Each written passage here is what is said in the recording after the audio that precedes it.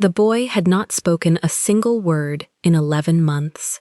Then a black woman walked through the gate of the Kang mansion, and his silence began to crack. Her name is Megan Carter, 31 years old, a private in-home tutor who works only with traumatized, selectively mute children. She carries a leather satchel, a notebook, and a calm no one in that house has seen in a long time. The mansion belongs to Kang Ji-hoon, 30 years old, head of the Kang Syndicate. Luxury hotels on paper, private security in the shadows. They call him the Quiet One. A black koi fish tattoo curls up the right side of his neck, its tail disappearing under his ear. On his finger, the platinum wedding band of a wife buried 1 year ago. Between them stands a 7-year-old boy named Min Jae, pale skin, straight black hair falling into his eyes. A wooden box of colored pencils clutched to his chest. He draws the same picture, over and over. A blonde woman on a staircase. The head housekeeper receives Megan with ice in her voice. Megan does not flinch. She sits on the floor beside the boy and says nothing. She only slides a pencil toward him. He picks it up. Upstairs, in a room full of hidden cameras, Ji-hoon watches his son smile, for the first time in 11 months, and something inside him goes still. But somewhere in that mansion, a blonde woman in Louboutin heels is already on her way home. And what she is about to do to Megan. Before starting the story, comment down below where you are watching from and what time it is there. If stories of karma, love, and hidden truths move you, leave a like, be sure to subscribe to the channel, and click join to become a member and help our channel. The wrought iron gate was already closing when Megan Carter stepped through it. She turned sideways, tucked her leather satchel against her ribs, and slipped past the moving edge without breaking stride. Behind her, the automatic mechanism clanged shut with a weight that sounded final. She kept walking. Gravel crunched under her low heel. The driveway was longer than any driveway had a right to be, curving between 2 rows of clipped hedges that had been shaped into perfect green walls. Somewhere behind the hedges, a sprinkler hissed. Somewhere else, a dog barked once and stopped. Megan counted her steps to the front doors, because counting kept the hand around her satchel strap from tightening.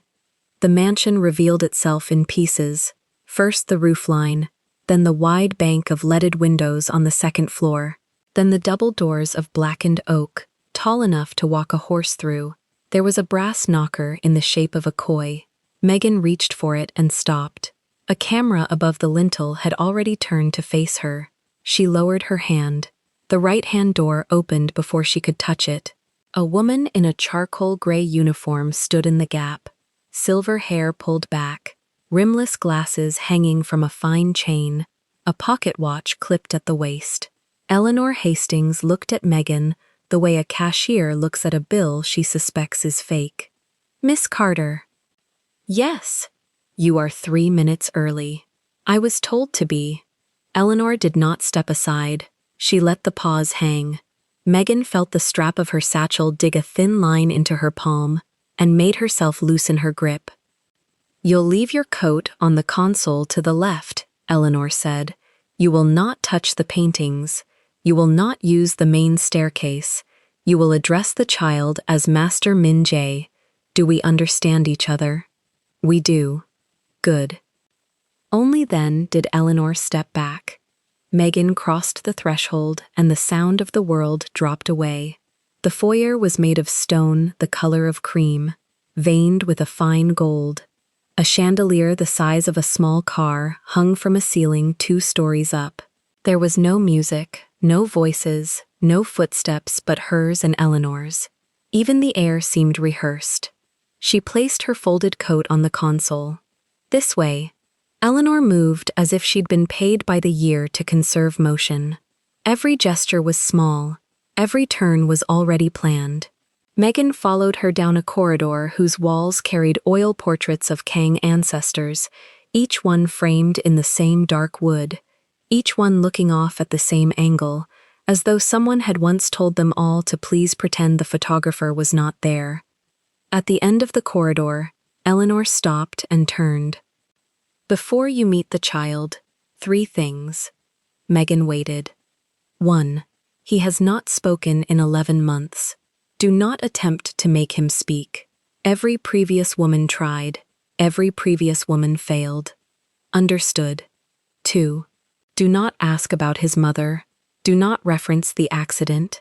Do not comment on the photographs in the West Wing. Understood. 3. Eleanor let her eyes rest on Megan for the first time. Master Kang is upstairs. He will not come down today. He will not come down tomorrow. You are, for practical purposes, alone with the boy. Do not make me regret unlocking that door for you. She unlocked the door. The room was a child's library, or the idea of one, dressed in an architect's imagination. Bookshelves of pale ash, a window seat piled with linen cushions, a rug thick enough to swallow footsteps. In the center of the rug sat a small wooden table, and at the small wooden table sat a small boy. Kang Min-jae did not look up. He was folded into the chair the way a paper crane is folded, all thin angles and quiet. A navy sweater over a white collar, straight black hair falling across his eyes. In his left hand he held a stub of colored pencil, dark blue, worn down to less than half. In front of him lay a sketch pad open to a page already crowded with lines. Megan crossed the rug slowly. She did not speak. She did not crouch beside him and use the honeyed voice adults believed children required. She pulled out the chair opposite him with both hands so it would not scrape, sat down, and set her satchel on the floor at her feet. Then she waited. The pencil moved. A staircase, drawn in blue. A woman at the top of the staircase, drawn in yellow. Hair to her shoulders, sharp corners at the ends. The woman's arm was longer than it should be. It was reaching down. It was reaching toward another figure, smaller, at the bottom of the stairs, drawn in black. Megan did not lean in to see better. She let her gaze rest on the boy's hand instead. He turned the page. He drew the same picture again. Staircase in blue, blonde woman at the top, small black figure at the bottom, the long yellow arm reaching down. He turned the page. He drew it again. Megan counted 11 versions before her eyes finally moved from the boy's hand to his face. He was working the way an adult works when the work is the only reason not to think. Lower lip pressed under his upper teeth, small furrow between his eyebrows. He was 7 years old, and he was drawing the same picture the way a monk copies a prayer. She reached into her satchel. She took out her own sketch pad, plain and cheap, spiral-bound at the top. She took out her wooden case of colored pencils and opened it on her side of the table. She chose a green one, ordinary green, and turned to a blank page. She drew a leaf, just a leaf, slow, careful. The stem, the ribs, the small serrations along the edge. She was not looking at him. She was drawing a leaf the way a person draws a leaf when they mean to draw a leaf. The blue pencil stopped moving on his side of the table. She kept drawing. She finished the leaf. She turned the page. She began another. This one she drew in yellow, because yellow was the closest thing on her side of the table to autumn. She did not offer him her page. She did not glance up. She drew a second leaf, and then a third, and then set her pencil down, closed the case, and folded her hands on the table. 11 months. 11 versions. She had all afternoon. Min-jae reached for a red pencil. He drew a small red circle in the corner of the newest staircase page. Not on the woman, not on the child, just a red circle, floating. Then he looked at Megan for the first time. She looked back. He looked down again. The door opened behind her. Eleanor's voice, careful. Miss Carter, it is 4 o'clock. Master Min-jae takes his tea in the sunroom at 4. Megan stood. She placed her sketch pad back into her satchel, with the yellow leaves face up. She did not close his pad. She did not touch his pencils. She only pushed her chair back in, quietly, with both hands. Master Min-jae, she said. She used the boy's title without ornament. I will be back tomorrow. He did not lift his head. But he touched the corner of her yellow leaves with one finger before Eleanor could shut the pad. Just for a second. Just enough. Megan followed Eleanor down the long corridor and through the foyer and out onto the wide stone steps, and only when the door had closed behind her did she stop and breathe. Once, deep, she looked up at the second-floor windows on her way to the gate. At one of them, a curtain shifted. She kept walking. Her building was a walk-up on 138th Street, 3 flights of stairs above a laundromat that hummed until midnight. Her apartment was 1 room and a half. The half held a stove and a sink and a window that opened onto a fire escape. The one held everything else. She hung her coat on the hook by the door, set her satchel on the small desk under the window, and did not turn on the light. The sun through the fire escape was enough. On the desk lay 3 envelopes. She had left them there that morning because opening them in the morning would have made her late. The top one bore the logo of the hospital. She sat down at the desk and slid a fingernail under the flap and read the first paragraph twice. Her mother's transfer to the long-term care wing had been approved. The rate was $13,000 a month. The first payment was due in 14 days. The letter was polite, the way letters that cost you your knees are always polite. She set the page down flat. She did not look at the second envelope yet. She reached instead for the small silver frame on the corner of the desk. In the photograph, her mother wore a purple dress and a Sunday hat and was laughing at something outside the frame.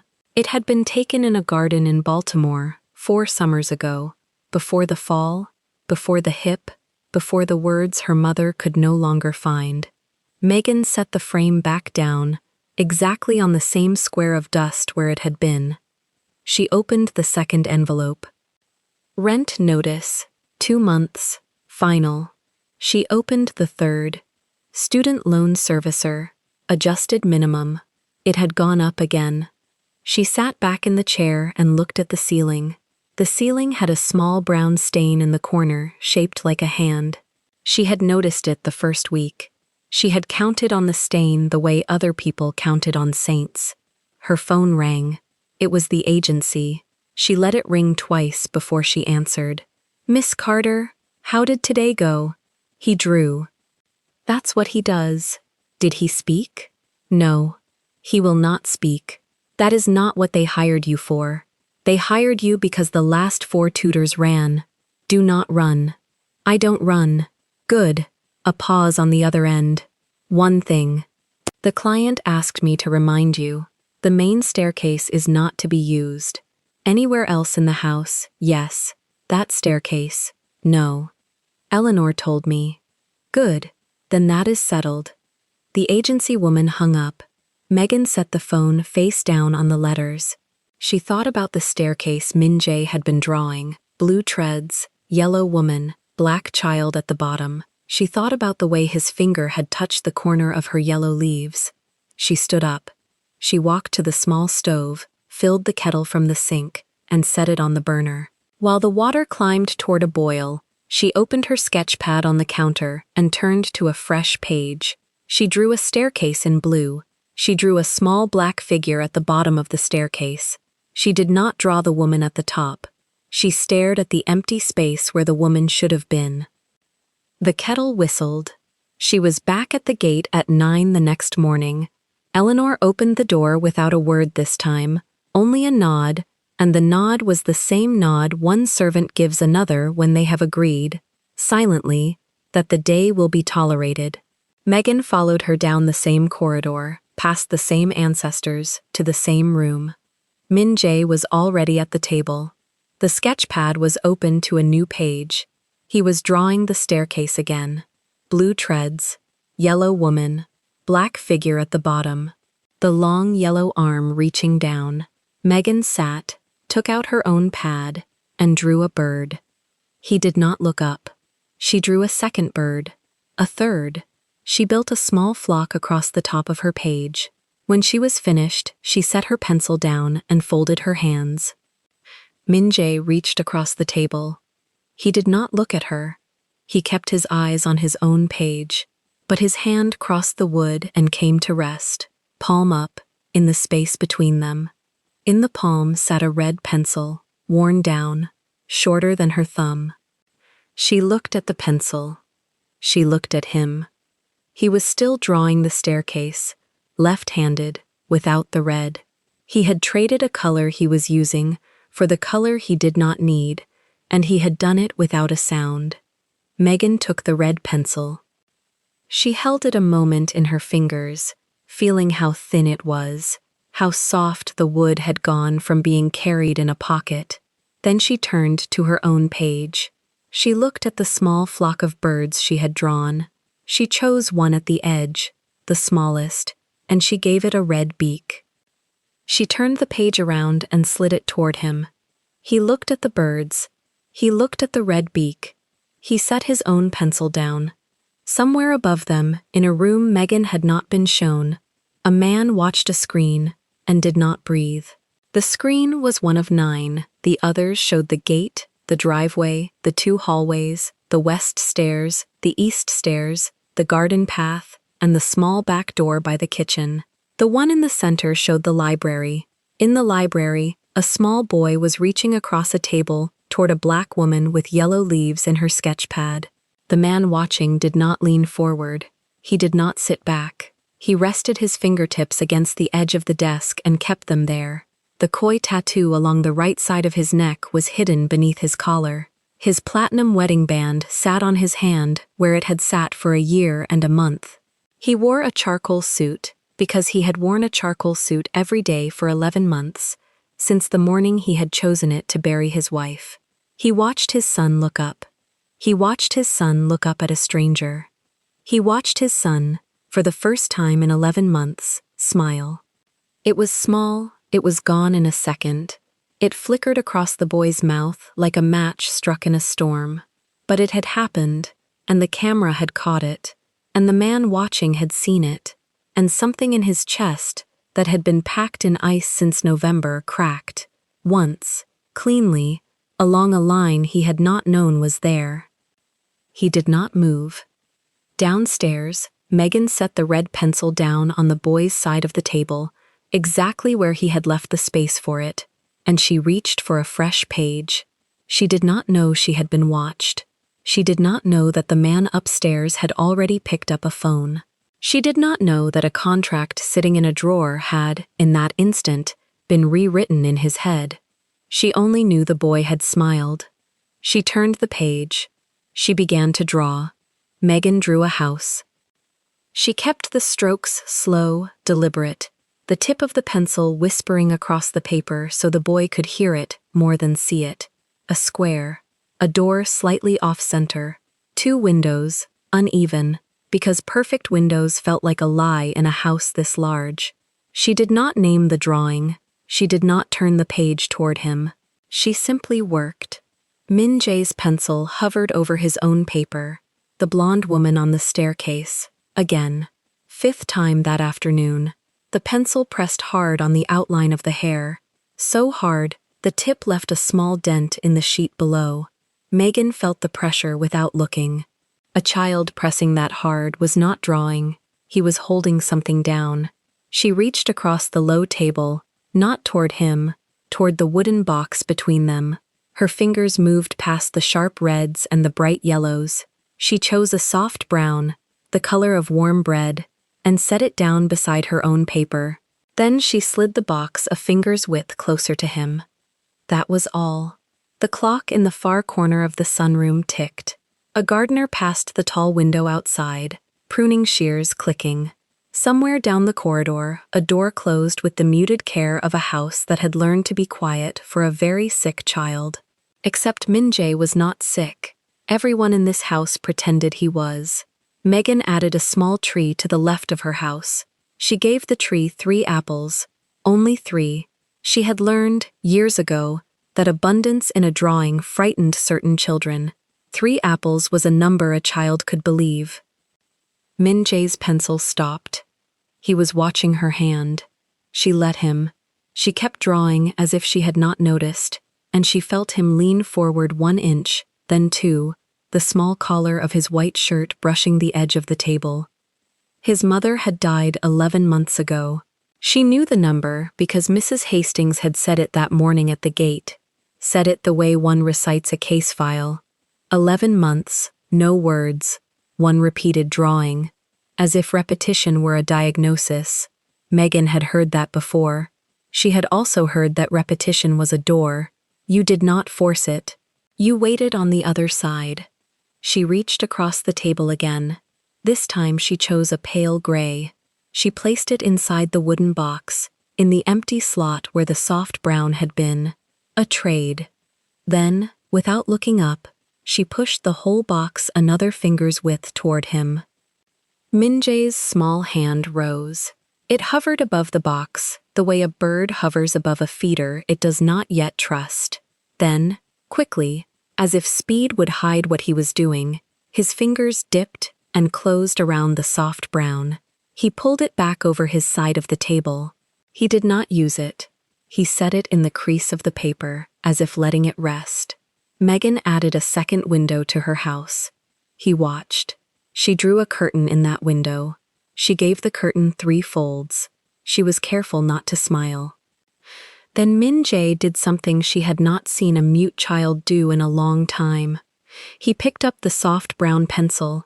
He looked at his own drawing, the blonde woman, the staircase, the pressed-down outline.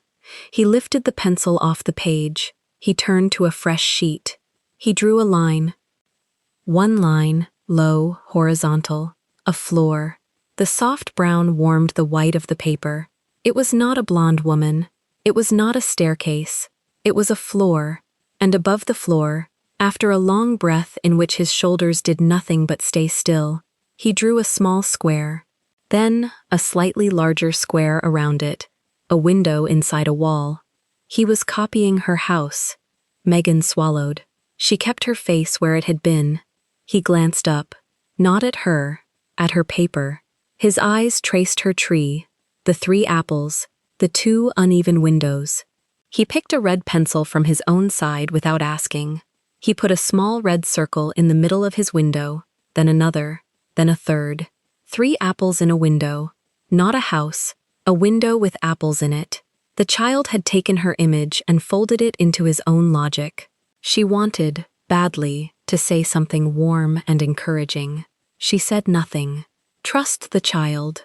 Praise, this early, would frighten him back into the staircase. She turned her own page. She began a new drawing beside his. She drew a hand. Just a hand, palm open, fingers loose. She placed it so it seemed to reach toward his floor. Not touching, reaching. Min Jae stared at the hand. His pencil moved. He drew a small figure standing on the floor. A boy in a knitted sweater. The sweater was cream. He used the pencil she had traded him for it, the one that had been sitting untouched in the crease of the paper, and now the soft brown filled the outline of a body that had not been on any of his previous pages. Megan felt her own chest do something she did not name. A soft chime rang from the corridor. 2 notes, a house intercom announcing a delivery at the outer gate. Neither of them looked up. Min Jae kept drawing. He added a second figure to his floor, taller, faceless, standing where the hand from Megan's page reached in. He was drawing her. He had not asked her name. He did not know she had a name. But he had put her into his drawing, on his floor, beside him, and this small act had been done by a boy who had not chosen a companion in 11 months.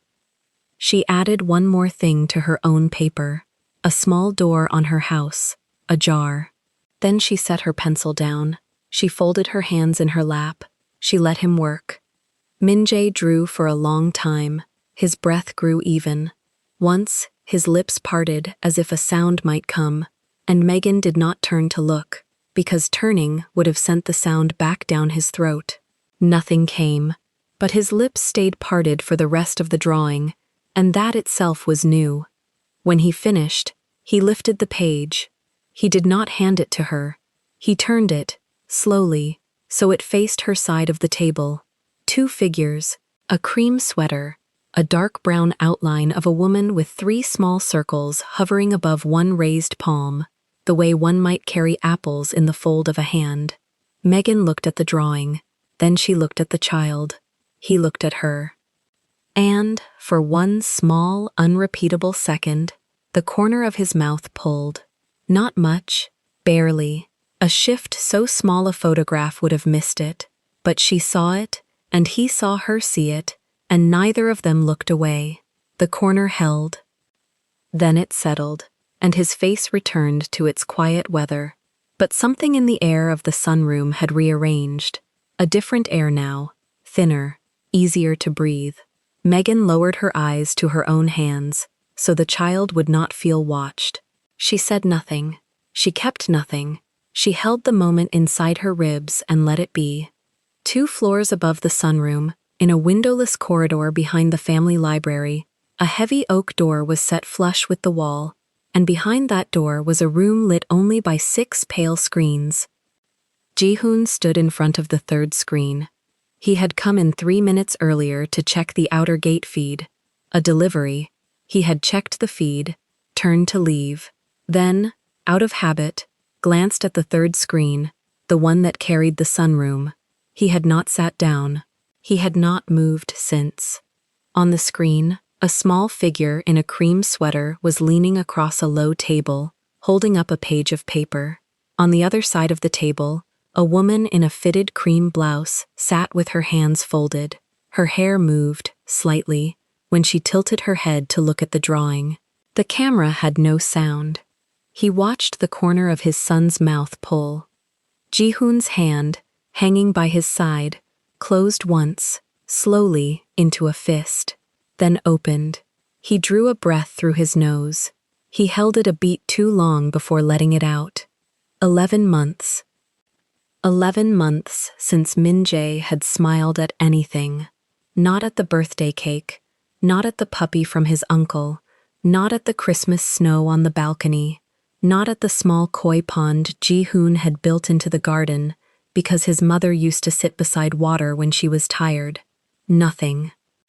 And now a woman had come through the gate at 9 in the morning, sat on the floor across from him, chosen a soft brown pencil, and the corner of his son's mouth had pulled. The koi tattoo on the right side of Ji-hoon's neck moved with the tendon that tightened as he swallowed. He did not sit down. He kept standing, close enough to the screen that his breath fogged the corner of the glass, and he watched Megan lower her eyes so the boy would not feel watched. She knew what she was doing. That thought arrived clean, without romance.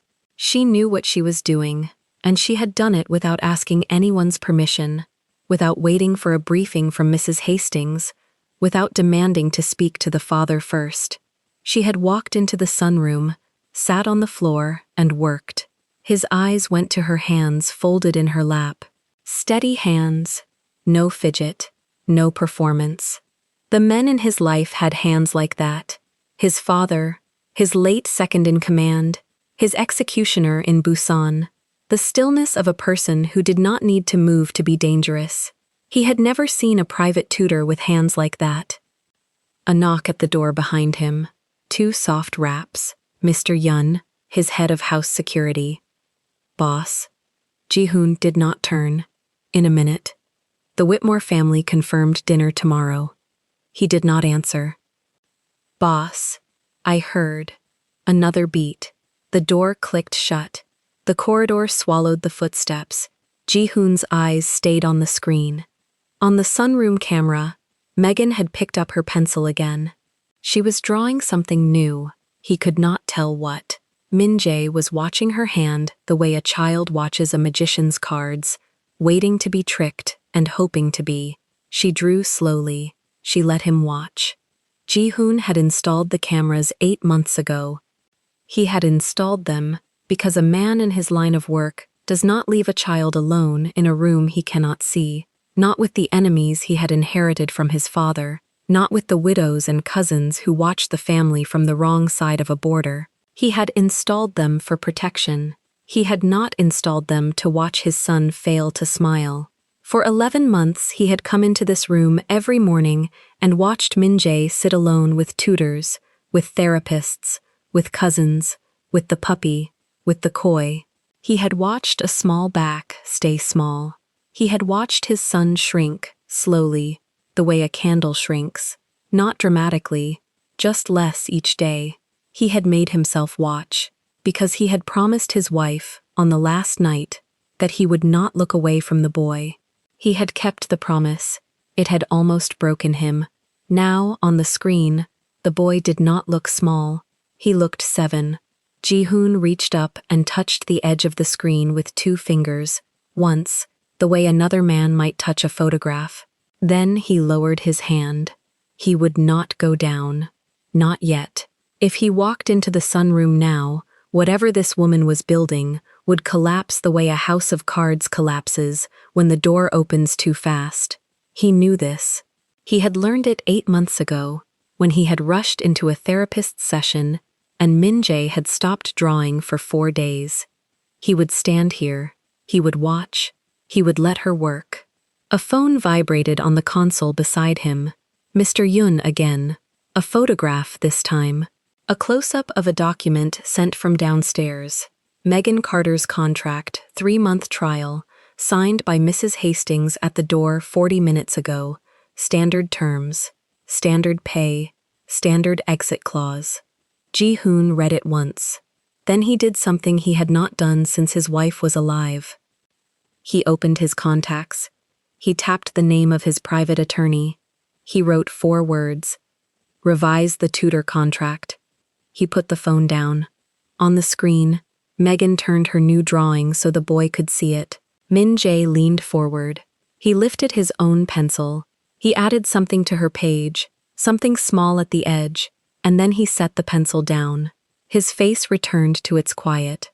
But this time, when he sat back, his shoulders were an inch lower than they had been in 11 months. Ji-hoon watched the shoulders. He watched them for a long time. He did not move.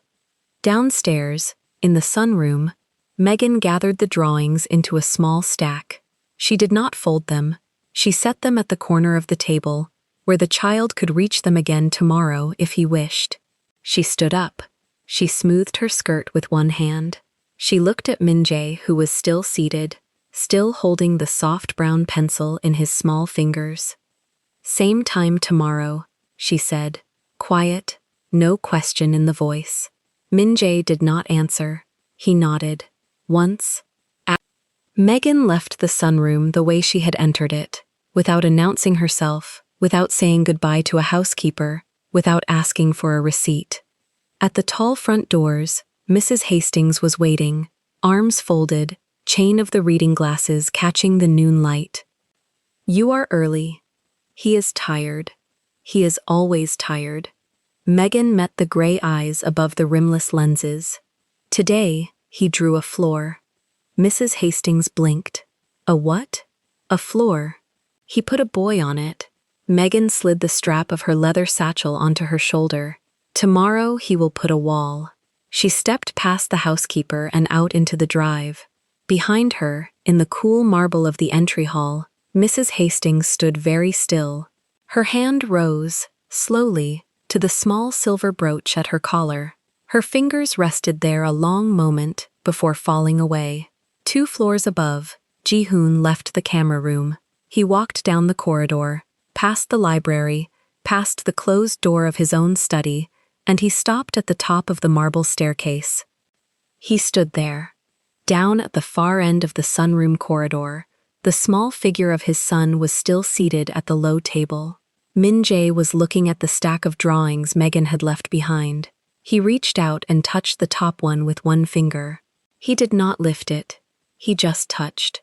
Then, in the empty room, the boy did something Ji-hoon had not seen since the morning of the funeral. He turned the top drawing over, carefully, and looked at the back of it, as if he wanted to know that the paper had 2 sides. As if he wanted to be sure the woman was coming back.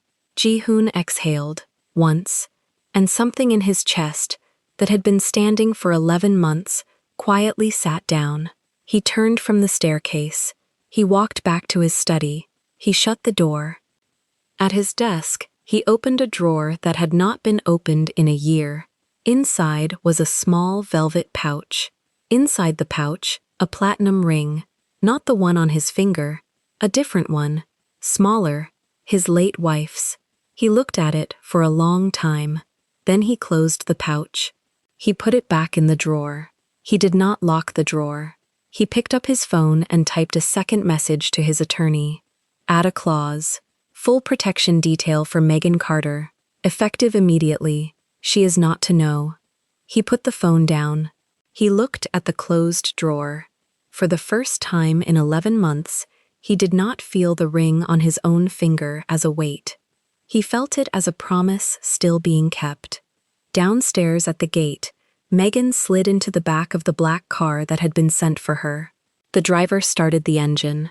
Through the tinted glass, she looked, once, at the tall front doors of the Kang mansion, and then at the third-floor window, where a curtain had moved a moment ago and now was still. She did not wave. The car pulled away from the gate. In her satchel, in the inner pocket, was the small folded drawing of a floor with 2 figures on it, one in a cream sweater and one with 3 apples in her hand. She had taken only that one. She had left the rest on the table for the boy. She had not planned to take any. But halfway through gathering the stack, she had felt the soft brown pencil roll against her fingers, and something inside her had said, "Keep one. Keep one so that on the days you doubt yourself, you can put your hand on a piece of paper and know he chose you first." She rested her palm against the outside of the satchel. The car turned onto the long private road that led away from the mansion, and behind it, from the third-floor window, a man with a koi tattoo watched the taillights until they disappeared behind the trees. He did not know her yet. She did not know him at all. But the boy between them had put them both on the same floor, in soft brown pencil, with a raised hand and 3 small apples, and none of the 3 of them would ever be alone in the same way again. The door of the drawing room opened without a sound, and Eleanor stepped in with a small silver tray. On the tray sat one envelope, cream-colored, sealed with a plain drop of black wax. She placed it beside Megan's teacup, gave a shallow nod, and left. Min Jae watched the envelope the way he watched everything now, with a stillness that suggested he already knew what it contained. Megan set down her pencil.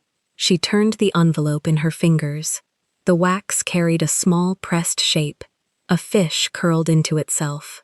She recognized it from the ink on Ji-hoon's neck. She opened it slowly. Inside was a single sheet of thick paper, folded once. The handwriting was upright, precise, done with fountain pen. Not a signature at the bottom, only 2 initials, K.J. Miss Carter, please meet me in the East Library at 7 o'clock. The current contract will no longer apply after tonight. She read it twice. She folded the paper back along its original crease. She placed it inside the leather satchel, in the small compartment where she kept her identification papers, and closed the buckle. Min Jae was still watching her. "Green," she said, holding out her hand. He passed her the green pencil without hesitation. His fingers grazed hers. His fingers did not pull back. At 2 minutes to 7, Megan walked the long corridor on the east wing, past the row of shuttered windows, past the tall oil painting of a woman she had not yet been told about. She kept her posture upright. She kept her steps measured. She reached the double doors of the library and lifted her hand to knock. The door opened before she touched it. Ji-hoon stepped back into the room without a word and let her pass. He wore the same charcoal 3-piece he had worn that morning, though the tie now hung looser at the collar. The koi tattoo curled up above his shirt line like a shadow of a shadow. The library was warm. A fire burned low in the marble hearth. 2 leather armchairs faced each other across a small round table. On the table sat a folder, a fountain pen, and a small glass of water. No wine, no brandy, water. "Please," he said, and gestured to the chair. She sat. He sat across from her. He rested his hands on the folder for a long second before he opened it. Inside were 3 documents, each stapled at the corner, each on the same thick cream paper the letter had used. "The contract Miss Hastings signed on my behalf last week," he said, sliding the first document across, "is now void." Megan did not touch it. "Void," she repeated, keeping her voice even. Not because of dissatisfaction. He met her eyes. His were quieter than she had prepared for. "Because it is not enough, not for what you did in this house today." She let the silence hold for 3 heartbeats. Then she asked the question directly. "What exactly do you believe I did today, Mr. King? You made my son smile." The words landed without embellishment. He said them the way another man might read out an address. "He smiled at a pencil," she said carefully. "He smiled." Ji-hoon closed the folder halfway. For the first time in 337 days. She heard the count. She noted the count. He had counted every day. He opened the folder again and slid the second document forward. It was longer, denser. The salary line at the top made her breath catch for half a second before she smoothed her face back into neutral. "Triple the rate," she said, reading. "Live-in accommodation on the 3rd floor. A private studio for the boys' sessions. 6-month guaranteed term. Extendable." "Yes. Why triple?" "Because I have made you a target." She lifted her eyes from the paper. Ji-hoon did not blink. "The moment you sat across from Min-jae with a pencil in your hand and did not flinch, you became visible to people who prefer this house without an outsider in it. Doubling the rate would look like generosity. Tripling it is what your risk is worth." "What people?" "That is the second reason for this meeting." He stood then and walked to the far wall of the library. He pressed a section of the wooden panel with the flat of his palm, and the panel gave inward with a soft click. It swung open to reveal a narrow interior room. He did not enter it. He stepped aside so she could see. Screens. 6 of them, arranged in a vertical grid on the interior wall. Each screen showed a different room of the house.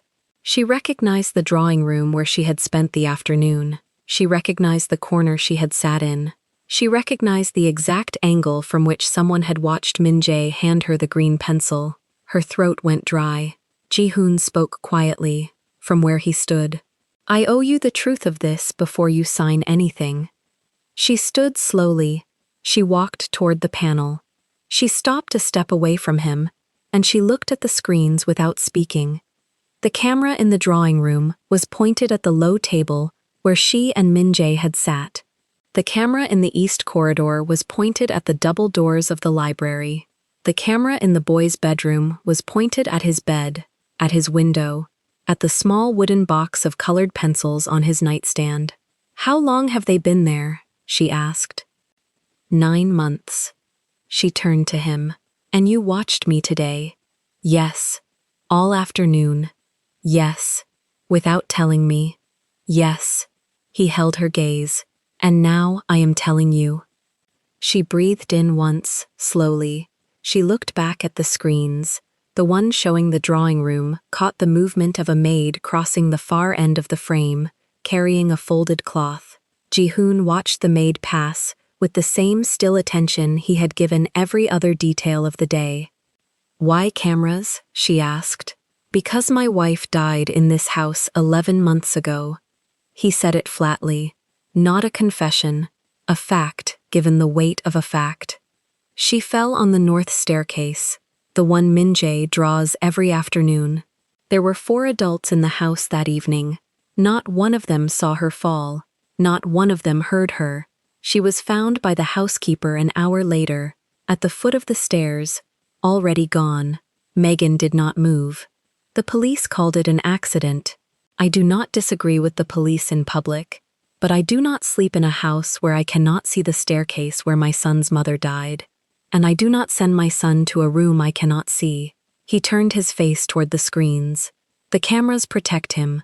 They also make me a witness. If anything happens to him, or to anyone standing between him and harm, I want a record. Between him and harm, Megan repeated softly. Yes. That includes me now. That includes you now. She stepped back from the panel. She walked to the small round table. She sat again in the leather chair. Ji-hoon closed the wooden panel with the flat of his hand. It clicked shut, and the library returned to being an ordinary library, warm firelight on leather spines. He sat across from her. I will not sign a contract in a house with cameras I did not know existed, she said. I understand. But I will sign a contract in a house where I know exactly where they are, what they see, and who watches the recordings. He inclined his head. The recordings are viewed by two people, myself and a man named Han Sok, whom I trust with my son's life. The recordings are not stored on a server. They live on one drive, in one room, behind one door with one key. I carry that key. He reached inside his jacket and set a small brass key on the table between them. This is the key. I will not give it to you, but I will show it to you, so you know it is one, and not many. Megan looked at the key. She looked back at him. Show me every camera in this house, she said, room by room, angle by angle, before I sign anything. Yes. He stood. He offered his hand, not to take hers, but as a courtesy to indicate the door. She rose without touching his hand and walked past him into the corridor. For the next 40 minutes, they moved through the mansion in near silence. Ji-hoon stopped at each doorway, opened each door, pointed to each small dark eye, tucked behind crown molding, or set inside a picture frame, or hidden in the carved eye of a wooden owl on a bookshelf, in the drawing room, in the corridor, in the dining room, in the entrance hall above the double staircase, where the marble curved down toward the front door, in Min-jae's bedroom, one camera pointed at the bed and one at the window, in the private hallway that led to the master suite, in the kitchen, one at the doorway, in the greenhouse, one. He did not name the guest rooms. He did not name the servants' quarters. He did not name the bathrooms. Nowhere private, he said when she asked. The rule is nowhere anyone undresses, nowhere anyone sleeps except my son. And the third floor? She asked. The room you are offering me? He paused at the base of the third floor staircase. The room is on a private wing. There are no cameras in the wing, only at the corridor entrance, so I know who comes up and who goes down, never inside the room itself. I want that in writing. It will be in writing. They came back to the library after the full circuit. He held the door for her again. She sat again. This time she picked up the fountain pen. She read the contract again from the first line. She marked 2 changes with the pen. She initialed a 3rd clause and struck out a 4th. Ji-hoon watched her work without hurrying her. The clause about non-disclosure, she said. The version here forbids me to speak of anything I see in this house to anyone, for the rest of my life. I will not sign that. What version would you sign? I will not discuss the boy or his family with anyone outside this house during my term of employment. After my term ends, I will not discuss anything that touches the boy's welfare, ever. That is what I sign. He nodded once. That is what you sign. She struck the old clause. She wrote the new one in the margin, in a firm, even hand, and initialed it. She passed the paper back. He read it. He initialed it beside her mark. She lifted the pen for the final signature line. One last question, Mr. Kang. He waited. Who else in this house knows that you watched Min-jae smile today? He held her gaze. No one. Not Eleanor? Especially not Eleanor. She let the pause hold. Eleanor believes the cameras exist, he said. She does not know what I do with the recordings. She does not know when I watch, or what I choose to watch. That is deliberate. Why deliberate? Because a house with a head housekeeper who thinks she is unobserved will tell me things a housekeeper who feels watched will not. You are watching your own staff. I am watching everyone. She let the words settle. She thought about Eleanor's rimless glasses catching the light of the entrance hall that morning, about the small silver Kang emblem pinned at Eleanor's collar, about the way Eleanor had said the word tutor with the faintest possible curl at the end. Am I watched too? She asked. In the shared rooms of the house, yes. In your room, no. In the sessions with Min-jae, yes. He paused. If you would prefer to know the days I watch and the days I do not, I will tell you those as well. Tell me those. I watch every session with Min-jae, every one. I do not miss a single minute of a single session. That will not change while you are here. And when you are not in the country, I am always in the country when Min-jae is in the house. And when he is not, then it does not matter. She signed her name. The pen scratched twice across the cream paper, first name, then last, and she set the pen down beside the water glass. Ji-hoon countersigned. He blotted both signatures with a small folded cloth from his inner pocket. He closed the folder. He rose. She rose. They stood for a moment on either side of the table, the fire crackling somewhere behind them, the low ticking of a mantel clock keeping the room at rhythm. Miss Carter. Mr. Kang. Thank you. She held her hands together at her waist. She did not offer a smile she did not feel. You are paying me a great deal of money, Mr. Kang, and you are making me a target. I have not yet earned thanks. You earned it this afternoon. She let the sentence pass without answering. She turned toward the door.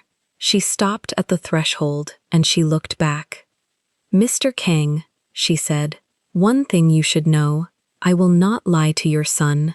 If he asks me whether his mother's death was an accident, I will tell him I do not know. If he asks me whether someone in this house wishes him harm, I will tell him I do not know that either, and if I come to know one way or the other, I will not hide it from him. He inclined his head slowly. That is what I want from you. Good. She stepped through the door. The corridor was dim. A single sconce burned near the far end. She walked back along the shuttered windows, past the oil painting of the woman she now knew was the boy's mother, and she stopped for a moment in front of it. The woman in the painting had a soft face and quiet eyes. The woman had not been painted holding anything. Her hands were empty. Megan walked on. At the top of the west staircase, Min-jae was sitting on the top step in his cream sweater, waiting. He had a folded piece of paper in his hand. He held it up to her without a word. She sat beside him on the step and unfolded it. He had drawn 3 figures again: the tall man, the seated black woman, the small boy between them. This time the seated woman was not on the floor. She was standing. She was holding the boy's hand. The tall man's hand was still raised, but the raised hand now rested on the seated woman's shoulder. The 3 apples were still there, at the corner of the page, arranged in a small row. Min-jae pointed to the paper. Then he pointed to Megan. Then he pointed to the closed door of the library behind her. She understood. She folded the paper carefully. She slipped it into the inside pocket of her satchel, the one with the zipper, the same pocket where the letter had gone at 7 o'clock. Bed, she said quietly. He stood up. He put his small hand into hers, and for the second time that day, though the first time no one had been watching, and this time she knew exactly which camera in the corridor above them was watching, the boy walked with her toward his room without letting go. Somewhere on the 3rd floor, behind a wooden panel that clicked, a man in a loosened tie was watching a screen with the corner of a folder pressed flat against his jaw. He did not lean forward. He did not lean back. He watched the small hand inside the larger hand cross the frame and disappear into the corridor beyond. And then, only then, he closed the folder and set it down. Outside the mansion, beyond the tall iron gates, A black car had been parked across the road since 6:30. Inside the car, a woman with sharp shoulder-length platinum waves was scrolling slowly through a set of photographs on her phone. The photographs had been sent to her at 4 o'clock that afternoon. Each one showed a black woman in a cream blouse crossing the courtyard, walking up the front steps, being received by a housekeeper at the door. In the last photograph, the black woman was inside the house. The blonde woman zoomed in on the last photograph. She held it still with a long red lacquered nail. She did not smile. She did not frown. She locked the phone, set it face down on the seat beside her, and reached for a small compact mirror in her handbag. She checked her lipstick. She adjusted a single strand of hair. Then she leaned forward, tapped the driver on the shoulder, and said one word: "Drive." The black Bentley cut through the front gate before the guard had finished raising the barrier. Vanessa was already halfway out of the seat when it stopped. She slammed the door with the flat of her palm, the sound cracking off the mansion's stone facade like a small pistol shot. Her heels struck the gravel in a fast, uneven rhythm. Inside the west parlor, Megan felt the change before she heard it. The house shifted the way a room shifts when a stranger enters it. Min-jae looked up from the wooden box of pencils. His hand tightened around a green pencil until the wood pressed a pale line into his palm. Megan set her own pencil down. Slowly, she placed it parallel to the edge of the paper. "It's all right," she said, low, only for the boy. "Keep drawing. I'm here." He shook his head once, tight, his shoulders folded inward. The doors to the parlor swung open. Vanessa did not walk into the room. She arrived in it. Bright Chanel-style tweed in blush pink, gold buttons flashing, a Birkin looped in the crook of her arm. The heels of her Louboutins sank a fraction into the rug, and she seemed offended by the rug for it. Eleanor followed 3 steps behind, spine straight, silver hair pulled tighter than usual. "Ms. Whitmore, if you would allow me to announce—" "I don't need to be announced in a house I am about to own." Eleanor stopped, her mouth pressed into a line. Vanessa's eyes swept the room. She catalogued the paper, the pencils, the 2 chairs pulled close together. Her eyes reached Megan last and lingered there. The pale blue turned a shade colder. "Who?" she said. "Let this in." Megan rose to her feet. She did the movement quietly. She kept her hands at her sides, palms open, visible. "Good afternoon. My name is Megan Carter. I'm Min-jae's new tutor." "His what?" "His tutor. Mr. Kang engaged me last week." Vanessa's laugh was 3 notes long, thin and glassy. She turned to Eleanor. "Explain this to me." "Mr. Kang selected Ms. Carter personally," Eleanor said. "The contract is signed. Ms. Carter has begun her work with the young master." "Personally," Vanessa repeated the word as if it were a mispronunciation. She stepped forward.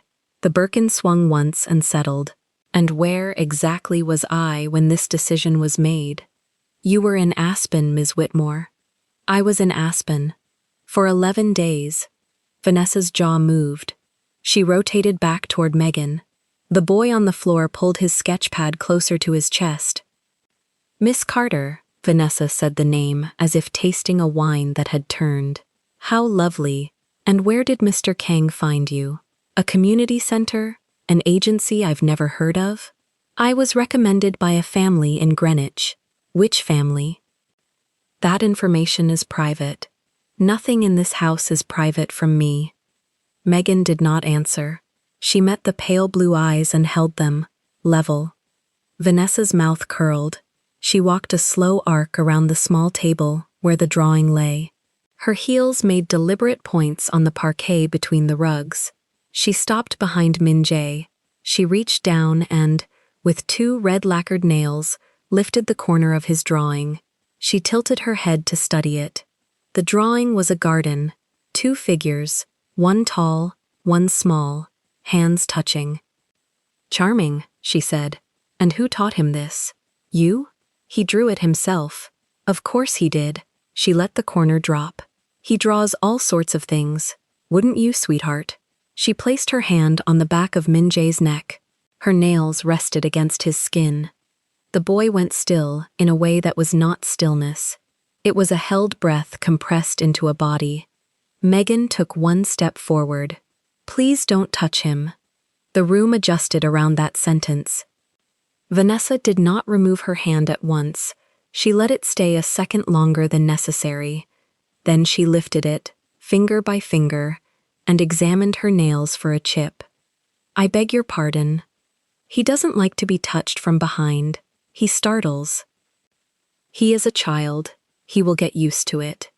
He has a name, Min-jae. I know his name.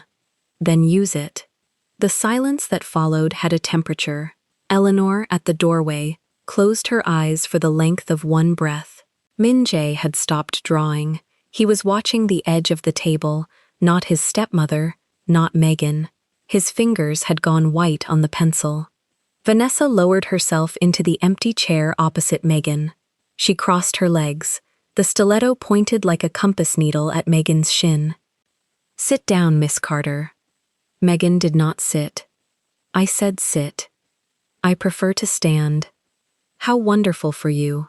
Vanessa's smile came on like a switch. "Then stand. Stand and listen. This household has a rhythm. A rhythm my late friend Ha-eun understood perfectly, and which I have taken upon myself, out of love for this family, to preserve. That rhythm does not include." Her eyes moved down Megan's blouse, over the tailored line of her skirt, back up to her hair. "Experimentation. Experimentation. You know exactly what I mean. I would like you to say it." Vanessa's laugh returned, thinner now. She looked at Eleanor. "Do you hear this? She would like me to say it." Eleanor's answer was not to look up. Vanessa turned back. Her voice dropped, quieter and worse. "Ji-hoon has been under strain. He makes decisions I would not make. A boy of Min-jae's background." She said the word background, the way another woman might say disease, requires a very particular kind of guidance. Cultural guidance, refined guidance. Someone who understands what he will inherit. Someone who fits. Fits. You are repeating me, Miss Carter. I want to be sure I understand you. Then understand this. Vanessa leaned forward.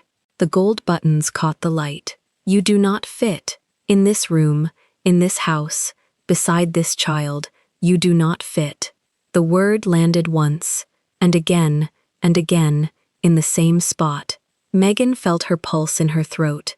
She let it beat. She did not raise her voice. She did not lower her eyes.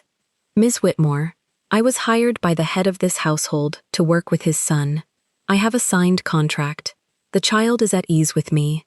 My work here is not up for discussion with you. Everything in this house is up for discussion with me." "Not this." Vanessa's nostrils tightened. It was a small thing, a movement of a millimeter, but Megan saw it, and Vanessa saw that Megan saw it. The stepmother rose. She turned toward Eleanor. "Call security." Eleanor did not move. "I said, call security, Eleanor." "Ms. Whitmore, I cannot." "Then I will." Vanessa reached into the Birkin. Her hand came out with a slim gold phone. "I will not have this. I will not have her in this house another hour." Min-jae stood up.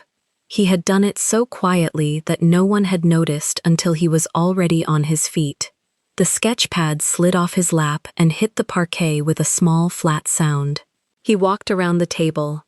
He walked past his stepmother without a glance. He stopped beside Megan and slipped his small, pale hand into hers. He held on. Vanessa's thumb froze above the phone screen. "Min-jae, come here." He did not move. "Min-jae, come to Auntie." His fingers tightened around Megan's. The color left Vanessa's cheeks in patches. The Chanel pink of her jacket became suddenly loud against the drained skin above her collar. She lowered the phone. She raised it. She could not decide what to do with her hand. "Get away from her." Her voice was tighter now. "Get away from her, right now." The boy pressed himself against Megan's hip. Fine. Vanessa's control slipped a notch and then another. Fine. Fine. She turned. Her heel skidded a fraction on the rug, and she caught herself on the arm of the chair, and the small stumble undid her. She rounded on Eleanor. Throw her out. Eleanor did not move. Did you hear me? Throw her out. Out. Off the grounds. And take the child from her. Now. Eleanor's mouth opened. Nothing came. Are you deaf? Throw her out. Megan reached down. She placed her free hand on top of Minjae's, the one still gripping her fingers. I'll gather my things, she said, quiet. I'll walk to the gate. He shouldn't see this. The boy shook his head against her hip. Once, then again, harder. Sweetheart, I'll be all right. Let go for a moment. He would not let go. Megan lowered herself, slow, until her eyes were level with his. Look at me. He did. You are safe. Do you hear me? You are safe. I'm going to walk to the door because that's the dignified way, and I want you to walk back to your pencils. Can you do that? He did not let go. Min-jae. His head shook again, small and definite. Vanessa's laugh cut across the room, cracked at the edges. How touching. She's already made him her little pet. Megan rose. She kept the boy's hand in hers. She did not answer Vanessa. She looked at Eleanor. May I collect my satchel from the parlor? Eleanor's eyes moved to a point past Megan's shoulder. Her face changed. Every face in the room changed.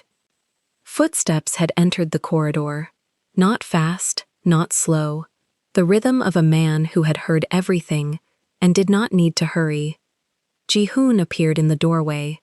He was in the charcoal three-piece he had worn to a morning meeting. The tie sat perfectly. The wedding band on his left hand caught the light. The koi tattoo showed above his collar in the sliver where the shirt did not quite close, and the black ink looked almost wet under the parlor's chandelier. He did not look at Vanessa first. He looked at Min-jae. He looked at the small hand fastened around Megan's fingers. He looked at Megan's face, level, steady, one breath at a time. His eyes moved down to the boy's face pressed to her hip. Then he looked at Vanessa. Repeat what you said. Vanessa's mouth opened. She adjusted her jacket at the hem. She produced a smile that was almost successful. Ji-hoon, darling, there has been a misunderstanding. Repeat what you said. You told my housekeeper to throw a woman out of my house. Say the sentence again, Vanessa. She could not. He walked into the room. He walked past her without brushing her sleeve. He stopped in front of Megan and lowered himself onto one knee, in the perfect suit, on the parquet. He put his eyes level with his son's. Min-jae. The boy looked up. Ms. Carter stays. The boy's shoulders came down half an inch. It was the first movement in his frame that was not fear. Ji-hoon did not stand up immediately. He looked at his son a moment longer. Then he turned his head, still on the knee, and spoke to Megan without lifting his voice. I apologize for what has been said to you in my house. Megan swallowed. She kept her chin level. Thank you. He rose. He turned. He faced his fiancée. Vanessa, you will not be in this parlor again this afternoon. Eleanor will show you to the east wing. Your things are being packed. The color that had drained from her cheeks came back in one hot rush. My things? Your things. You are... She laughed once, small and disbelieving. You are dismissing me over a servant. She is not a servant. She is my son's tutor, and you will not use that word in this house again. Ji-hoon, you put your hand on my son's neck. Vanessa's throat moved. She had not thought he had seen that. I saw. Two small words. The Birkin trembled a fraction against her forearm. You cannot do this to me. Not to me. Do you know what my father... I know exactly what your father is. His voice did not rise. That was the terrible thing about it. You will leave the West Wing now. You will not speak to my son. You will not speak to Miss Carter. If you are still in this house after sundown, that will be a decision you have made without my invitation. Ji-hoon, Eleanor. Eleanor stepped forward, her spine locked. She was, at last, herself again. Ms. Whitmore, this way, please.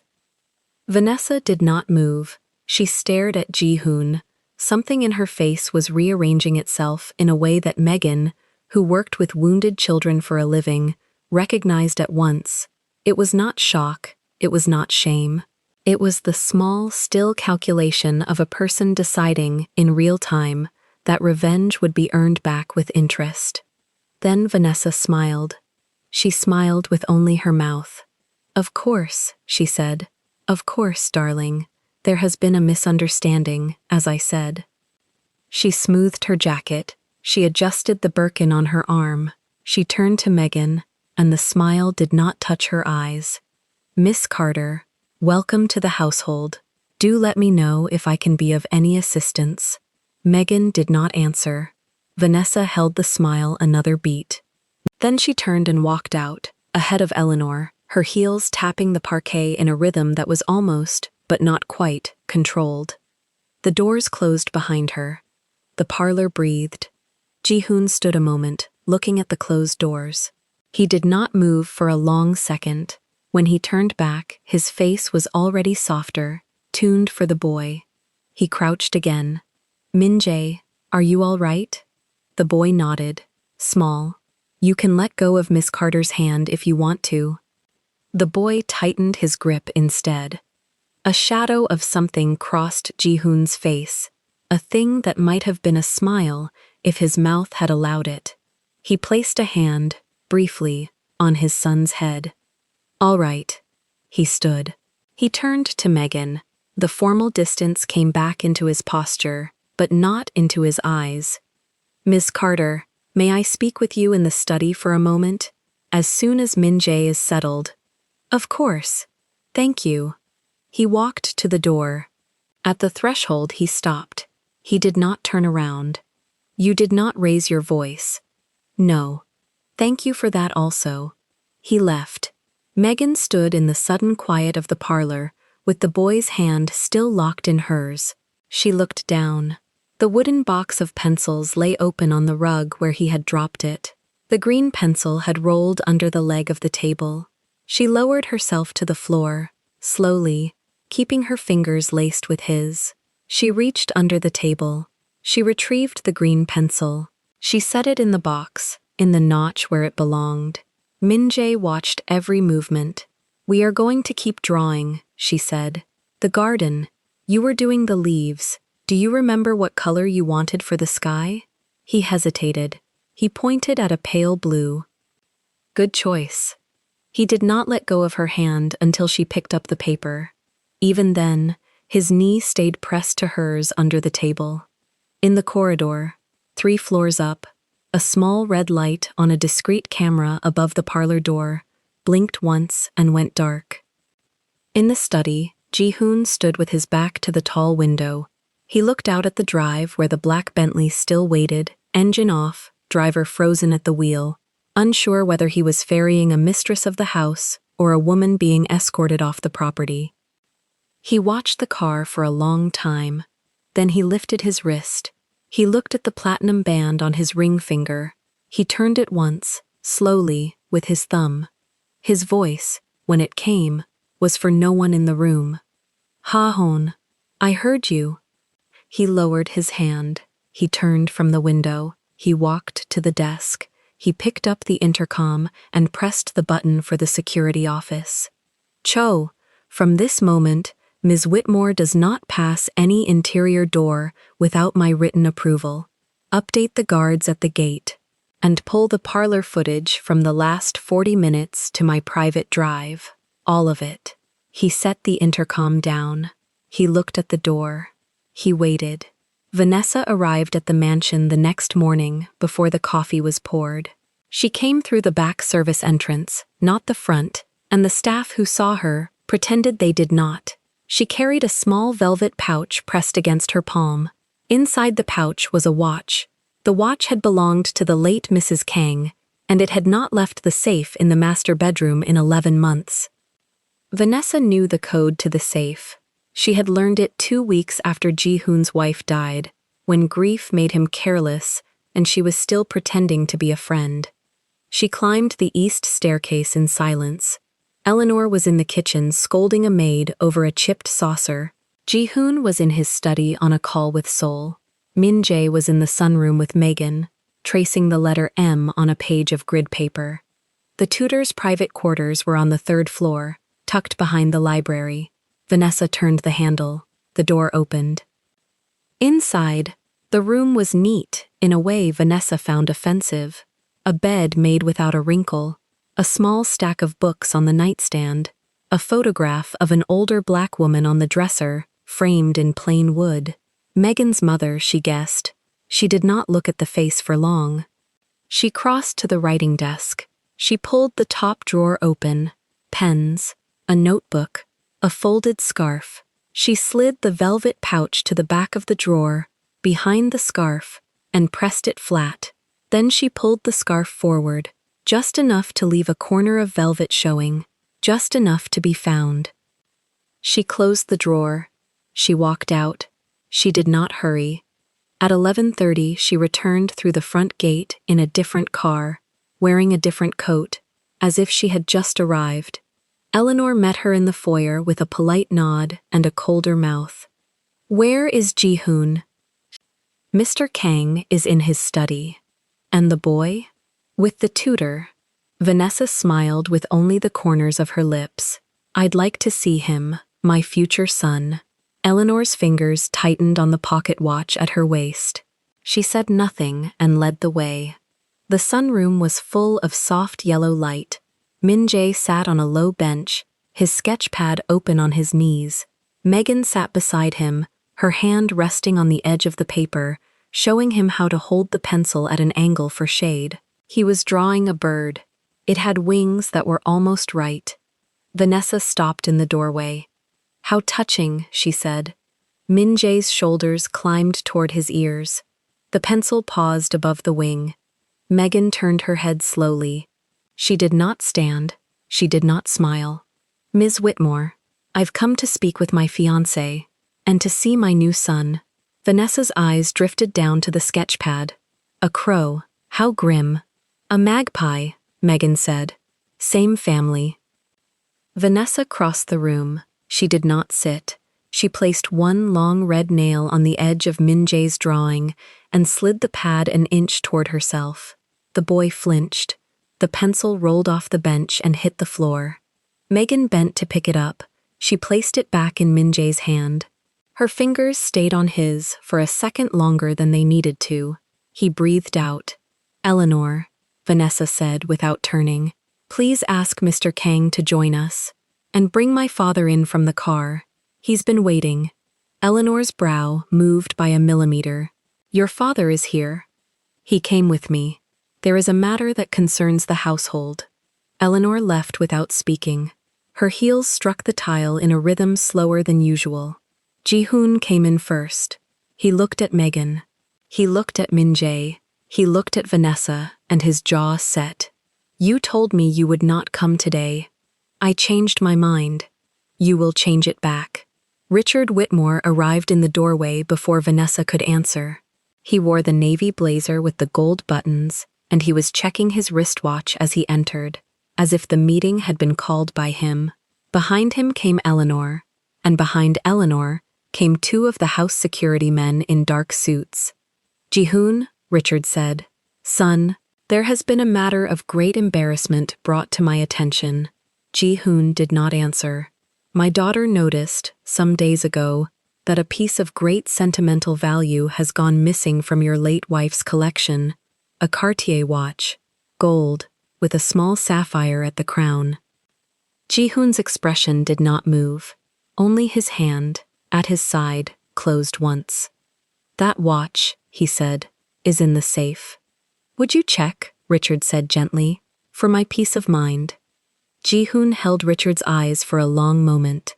Then he turned and walked out. The sunroom went quiet. Min-jae reached for Megan's sleeve. His fingers curled into the fabric. Vanessa lowered herself onto the edge of a chair. She crossed her legs. She let the silence sit. Ji-hoon came back within 4 minutes. He carried an empty velvet pouch in one hand. His knuckles were white around it. "Where is it?" he said. The words were flat. Richard cleared his throat. "My daughter, out of concern, has already asked the staff a few gentle questions. Nothing accusatory, only a preliminary. Where is it?" Vanessa lifted her chin. The staff searched, discreetly. It was found in the tutor's drawer. Megan did not move. The blood came down out of her face and she let it come. She kept her hand exactly where it was, over Min-jae's small fingers on her sleeve. "That is a lie," she said. Vanessa's smile widened by a fraction. "Then you will not mind if we look together." Ji-hoon looked at Megan. Megan looked at Ji-hoon. She said nothing. She did not have to. "Eleanor," Ji-hoon said, "you will come with us, and no one else." Vanessa rose. "I insist on being present. It is my late, future mother-in-law's watch, and I am the one who noticed. You will wait here." Ji-hoon, "You will wait here." The 4 of them climbed to the 3rd floor together. Ji-hoon, Megan, Eleanor, and one of the security men. Min-jae was carried by a housemaid to the library and told to sit and turn pages. He did not turn any pages. He sat with his sketch pad on his lap and stared at the shut door. Megan opened her own drawer. She did it herself. She did not ask permission. The scarf was already pulled forward. The corner of velvet showed clean against the wood. She saw it, and her breath went out through her nose in a single slow line. Ji-hoon reached past her. He picked up the pouch. He tipped it. The Cartier slid into his palm. Gold, cool, the sapphire catching the ceiling light. Silence. Eleanor stepped forward. "Sir." "Not yet." Ji-hoon closed his fingers around the watch. He looked at Megan for a long time. His face gave nothing to the room, but his eyes gave something to her, and only to her, and it was not doubt. "Come," he said. They went back down. Vanessa was still on the chair. Richard was on his feet, hands behind his back, rocking gently on his heels, the way a man rocks when he has already decided how the story ends. Ji-hoon placed the watch on the low table between them. It made a small sound against the glass. It was in her drawer. Vanessa exhaled through her teeth. "There. You see, I was—" "It was placed in her drawer," Ji-hoon said, "by someone who wanted it found." Richard's rocking stopped. "Ji-hoon," Vanessa said. Her voice had softened. "I understand that you have grown fond of her, but you cannot let personal— Get out." Vanessa's smile fell for the first time. "Excuse me? Out of my house?" "Ji-hoon, you cannot—" Eleanor stepped forward. She had one hand pressed flat against her collar, over the small silver brooch. Her chin was up in a way it had not been up in 11 months. "Sir, Mr. Kang, if I may." He turned to her. "There is something the household has kept from you. I have kept it from you, out of a foolish idea of protecting your grief." Ji-hoon waited. Eleanor drew in one breath and then let the words go clean. "Every tutor before Miss Carter left this house within a fortnight. 4 of them. Each one dismissed themselves or was found in some small disgrace. A bottle in a bag, a missing pearl earring, a note that seemed inappropriate. In each case, Ms. Whitmore was the last visitor in the room before the discovery. In each case, I said nothing, because Ms. Whitmore had told me, in private, that any word from me would cost my post. I am too old, sir, to have believed her, but I did." Vanessa's mouth opened once, then it closed. Ji-hoon turned his head toward her with a slowness that was worse than any shout. "Is that true? Ji-hoon, this woman is it true?" "She is a servant. She is inventing—" Richard cleared his throat. "Perhaps we should—" "Sit down, Richard." Richard sat. Vanessa's fingers went to the pearls at her throat. She turned them once, twice, a small circular motion. I did what any woman would do, she said. Her voice had become quiet and hard in the same breath. I protected my future family from women who did not belong in it. That is not a crime. That is care. The room held its breath. Ji-hoon did not raise his voice. He never had, in his whole adult life.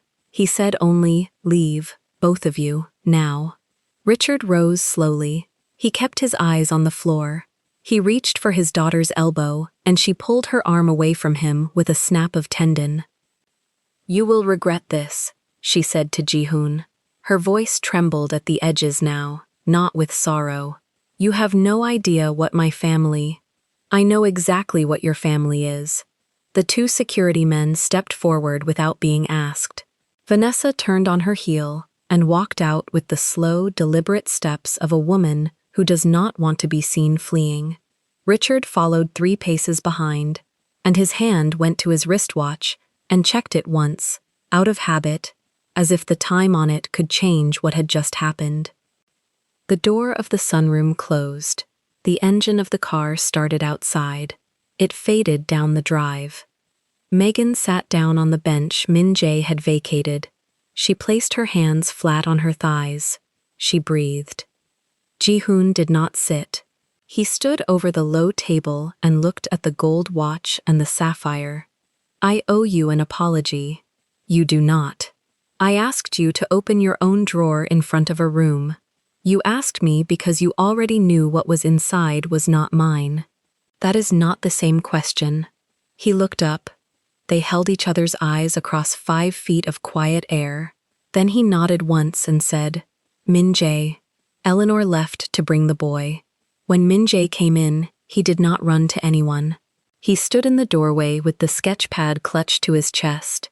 His eyes went from his father to Megan and back to his father, and then something in his small face crumpled and did not crumple, held, and then crumpled again. Megan opened her arms. She did not speak.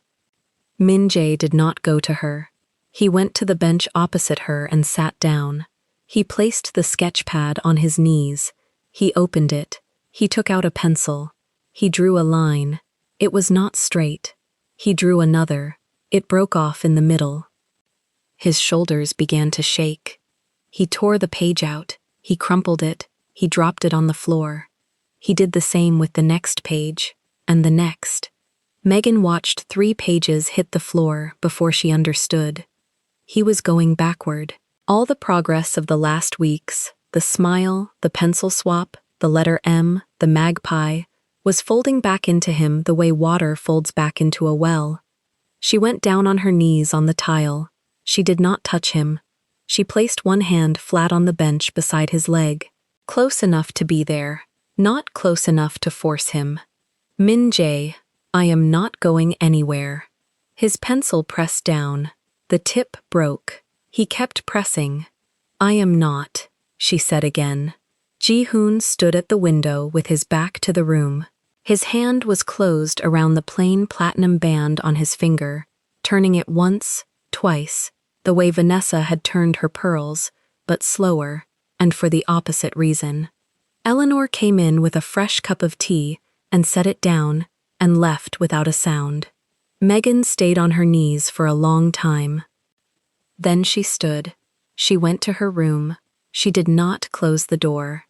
She took her small canvas suitcase out from under the bed. She opened it on the mattress. She began to fold. Her mother's photograph went in first, wrapped in the plain scarf, then 2 blouses, then the folded skirt, then the notebook. Her hands were steady, her face was steady. Eleanor appeared in the doorway with her rimless glasses pushed up onto her hair. "Ms. Carter." "Yes. Sir did not ask you to go." "I know." "Then why?" Megan did not stop folding. She said, without looking up, "Because a child who has just seen a woman use his mother's watch to hurt someone he loves cannot heal in a house where he is waiting every morning for the next attack. She lost today. She will not lose quietly. And if I am here, I am the reason she keeps coming. If I am gone, he can rest. That is the only thing that matters." Eleanor stood very still. "You will break his heart," she said. He will survive a broken heart. He will not survive another year of silence. Eleanor's mouth worked. She said nothing. Megan closed the suitcase. She snapped the small brass latch. She placed the strap over her shoulder. She walked down the 2 flights of stairs. Her heels sounded steady on the marble. Ji-hoon was in the foyer. He had known, somehow. His hands were behind his back. His jaw was set.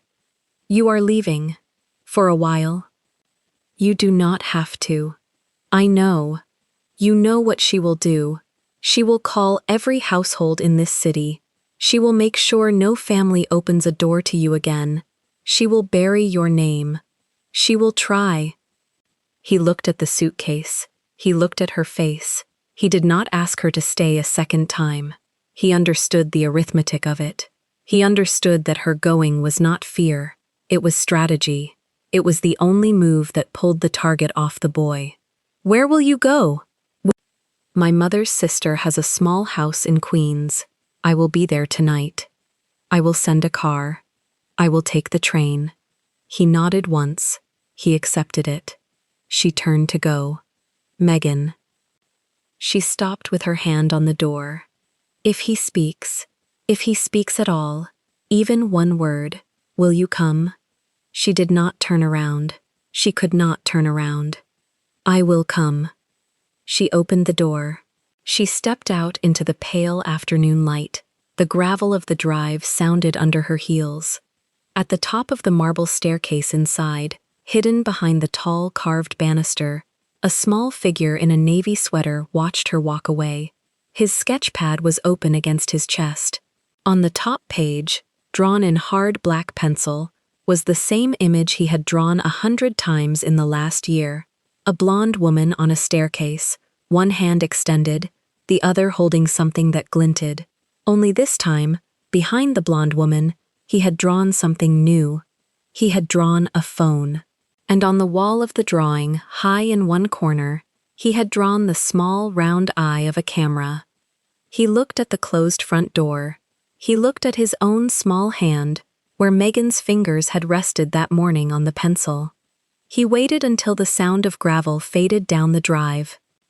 Then he turned, slowly, and began to walk down the marble stairs.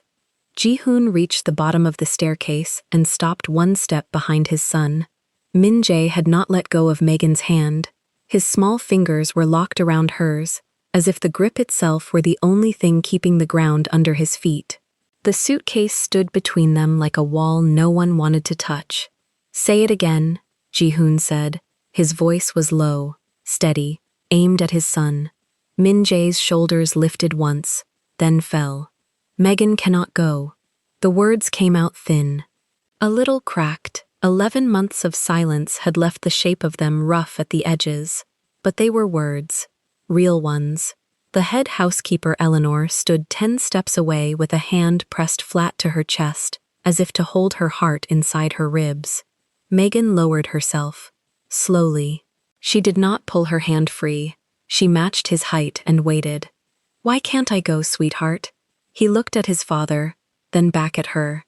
Because you are the only one she was not able to scare. Ji-hoon's jaw moved once, nothing else. Min-jae let go of Megan's hand. Just for a second. He reached into the small canvas satchel at his hip, the one he carried everywhere, the one Eleanor had folded flat on top of his sweaters every morning for almost a year. He pulled out the sketch pad. He held it against his chest for one heartbeat. Then he opened it. He did not flip to the front. He flipped to the middle, then further. He turned each page slowly, showing it to Megan first, then to his father, then setting it aside on the marble step.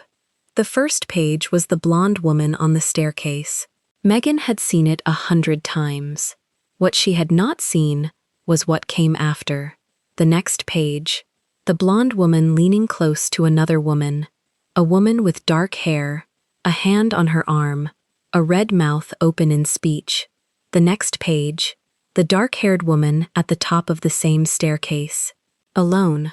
The next page, the dark-haired woman falling. A small figure with straight black hair watching from a doorway, fingers over his own mouth. The next page, the blonde woman crouched, pressing something small and round into the palm of the dark-haired woman on the floor. Ji-hoon dropped to one knee. He did not touch the pages. He did not touch his son. His hand hovered above the sketch pad, the way a man's hand hovers above a wound that is not yet his to close. Min-jae. Just the name. Min-jae flipped one more page. The last drawing was smaller. A watch. A Cartier watch with a diamond on the crown, being pressed into a drawer with folded clothes inside, the blonde woman's long red nails on the crown. Ji-hoon closed his eyes for one full second. When he opened them, they had changed. Nothing in his face had moved, but the temperature of him had dropped 10 degrees. Megan felt it beside her without looking. "You saw," Ji-hoon said to his son, softly. "You saw all of it." Min-jae's chin trembled once and then steadied. "She said if I told, she would take Papa away too." Eleanor made a small sound at the back of her throat and turned her face away. Megan pulled the boy into her chest. She did not say anything. She held him. His arms went up around her neck, small, tight, a whole year of held breath emptying into her shoulder. Ji-hoon rose. He took 2 steps back from them and turned. He walked to the tall oak doors of his study without hurry. Every step landed cleanly on the marble. The corridor swallowed him. Eleanor stepped forward and reached for the sketch pad. She stopped. She looked at Megan. "May I?" "Yes." Eleanor gathered the pages the way another woman would gather evidence at a scene. Her hands were shaking. She did not pretend otherwise. She held the pad to her chest and turned toward the corridor. Then she stopped. "There is more," she said. Megan looked up. The cameras.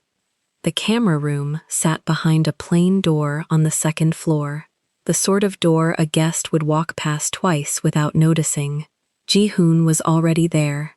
6 monitors on, 4 dark, 2 bright. On one screen, frozen, a hallway. On the other, a woman in profile with platinum blonde hair and a Cartier watch in her hand. The koi tattoo on the right side of Ji-hoon's neck was fully exposed above his collar now. His tie had loosened a finger's width. Nothing else about him looked different. "Sit," he said to Megan. She sat. Min-jae climbed onto her lap without asking. His head fit under her chin, as if it had been carved for that space. Ji-hoon touched the screen and dragged a timeline back. "I installed the cameras after my wife died," he said. "Not for the house, for him, so that if anyone ever tried anything again, I would know." He did not look at Megan when he spoke. He looked at the monitor. "I never watched the archive from the night she died. I told myself there was nothing to watch. I told myself I would not survive it." He tapped once. A file opened. The screen showed the upstairs corridor, the same marble, a different night. The date stamp read 11 months and 3 days ago. 2 women stood at the top of the staircase. Vanessa in bright blue. A woman in a soft cream dress, dark hair down her back, a hand on an arm, a red mouth speaking. Ji-hoon turned the volume up. Vanessa's voice was clear. "He will marry me the moment you are out of the picture, and your boy will call me Mama. Or I will make sure your boy does not have a papa either. Do we understand each other, Ha-eun?" Ha-eun did not answer. She stepped back. Vanessa's hand shot out. Not a push, not exactly, a shove at the shoulder. Ha-eun's heel caught on the top step. The camera captured everything without editorial. The fall, the silence after. The way Vanessa stood at the top for 11 full seconds without moving. Then she came down the stairs. She crouched. She pressed 2 fingers to Ha-eun's throat. She stood up. She left. Ji-hoon paused the video. His hand was flat on the console. 11 months, he said, almost to himself. I let her back into this house. I let her hands on my son. Min-jae reached up and pressed his palm to his father's wrist, a small pale hand on a dark cuff. Ji-hoon looked down at it. His shoulders lowered a fraction. Whatever was building inside him bent around the child and stayed inside. Eleanor. Yes, sir. Call Detective Brennan. Tell him to come tonight. Not tomorrow. Tonight. Yes, sir. She left. Ji-hoon turned to Megan. For the first time that hour, he looked directly at her. Not through her, the way powerful men look at people who work for them. Not around her, at her. I owe you an apology I have no vocabulary for. You do not owe me one. I do. She held his gaze for a long breath. Then say it once, she said. And do not say it again. Say it with what you do next. He nodded. Detective Walter Brennan arrived at 9:11. Wrinkled brown tweed.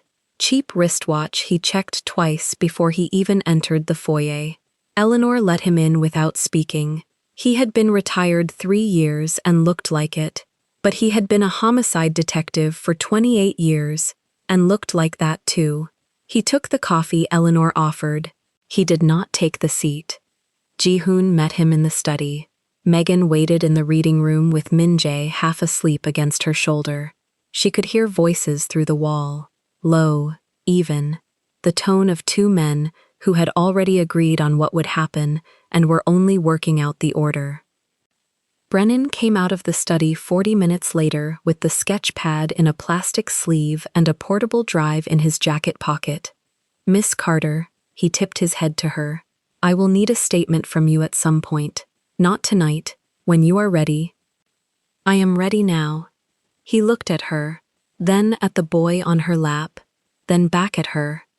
Tomorrow morning, he said, you will be more useful to me if you have slept. She nodded once. He left. His car crunched down the gravel drive. Ji-hoon stood on the top step of the mansion and watched the taillights until they turned onto the main road. Then he came back inside and closed the doors himself. Vanessa was arrested at 9:47 the following morning at her father's Manhattan apartment.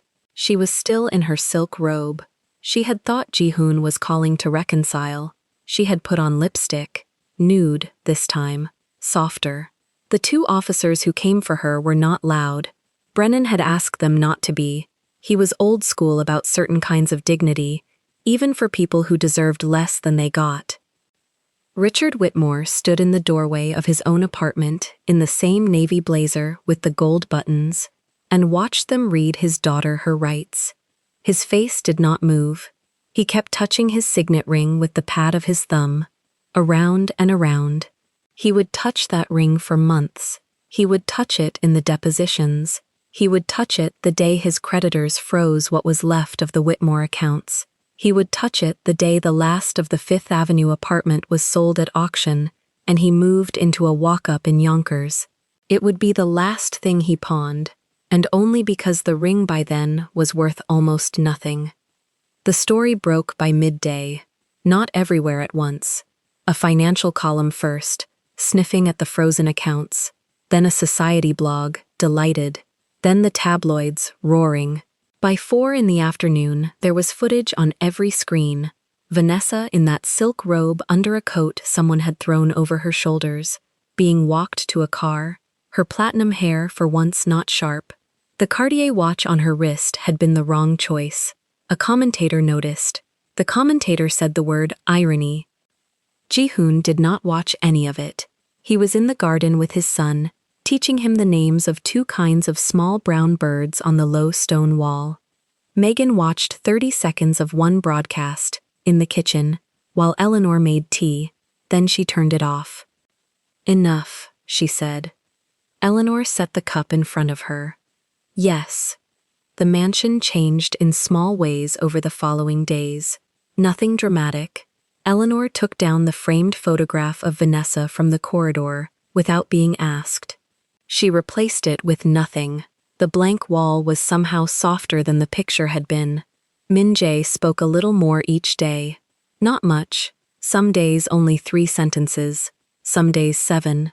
He asked for orange juice. He asked why the koi tattoo did not go all the way down his father's back.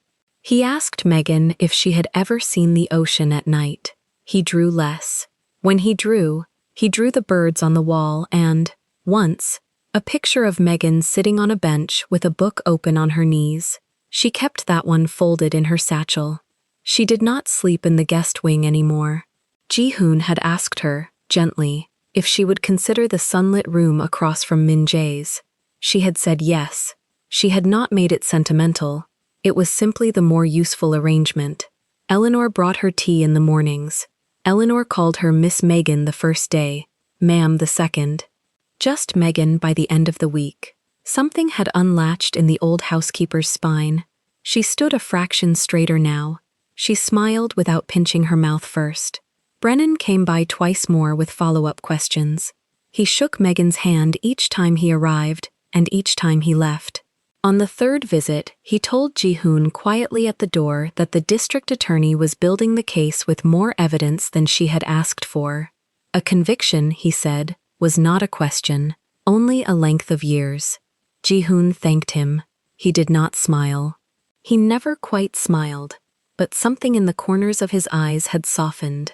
9 days after the arrest, at the end of a warm evening, Ji-hoon asked Megan to walk out onto the west balcony with him. The sun was going down behind the low line of trees.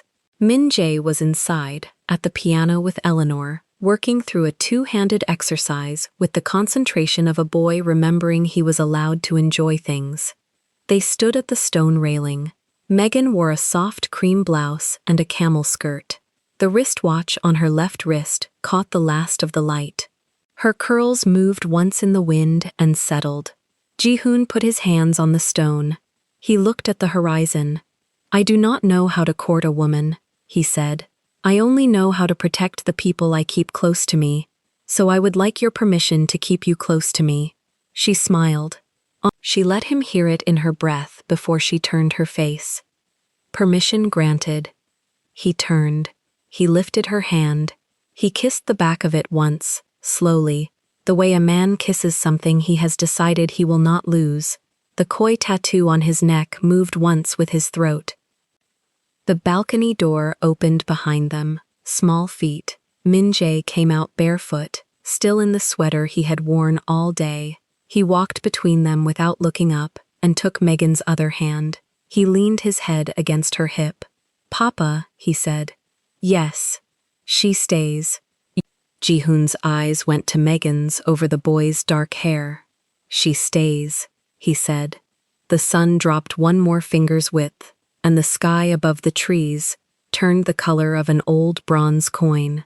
Somewhere below, on the stone wall, 2 small brown birds landed and did not fly away.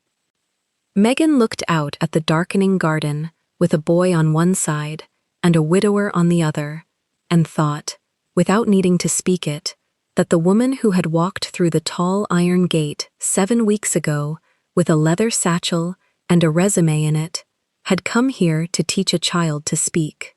She had done that, but the child, in his 6 spoken sentences on a marble staircase, had done something back. He had spoken her into a life she had not asked for and had not known how to want. She squeezed his small hand once. He squeezed back.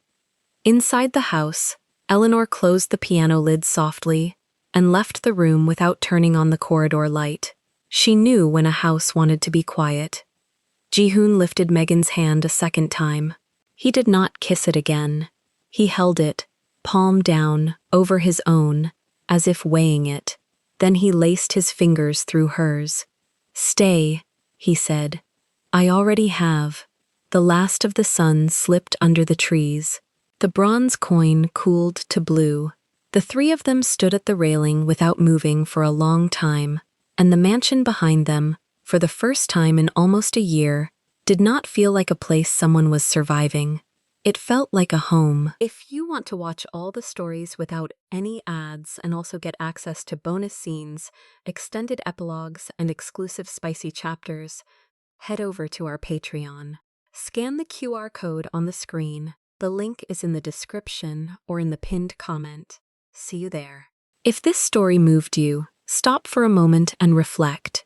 Have you ever walked into a room where a child had stopped speaking and been the only one patient enough to hand him a pencil instead of a demand? Have you ever been called a thief by someone who feared your dignity more than your presence? Have you ever stayed silent to protect a child, even when leaving looked like the safer road? Tell us your experiences and feelings in the comments. We read them all. And if you believe in stories about dignity, truth, and quiet courage, leave a like, be sure to subscribe to the channel, and click join to become a part of our community and help the channel.